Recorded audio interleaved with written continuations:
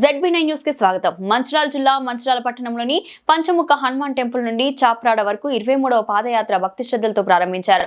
భారీ ఎత్తున భక్తులు ఈ పాదయాత్రలో పాల్గొన్నారు. ఈ సందర్భంగా హిందూ సమాజ సభ్యులు మాట్లాడుతూ సనాతన ధర్మ పరిరక్షణకే ఈ పాదయాత్ర నిర్వహిస్తున్నట్లు తెలిపారు. ఈ కార్యక్రమంలో సున్నంబట్టివాడ మాజీ కౌన్సిలర్ ముదారి ప్రభాకర్ మరియు హిందూ సమాజ సభ్యులు మరియు భక్తులు పాల్గొన్నారు.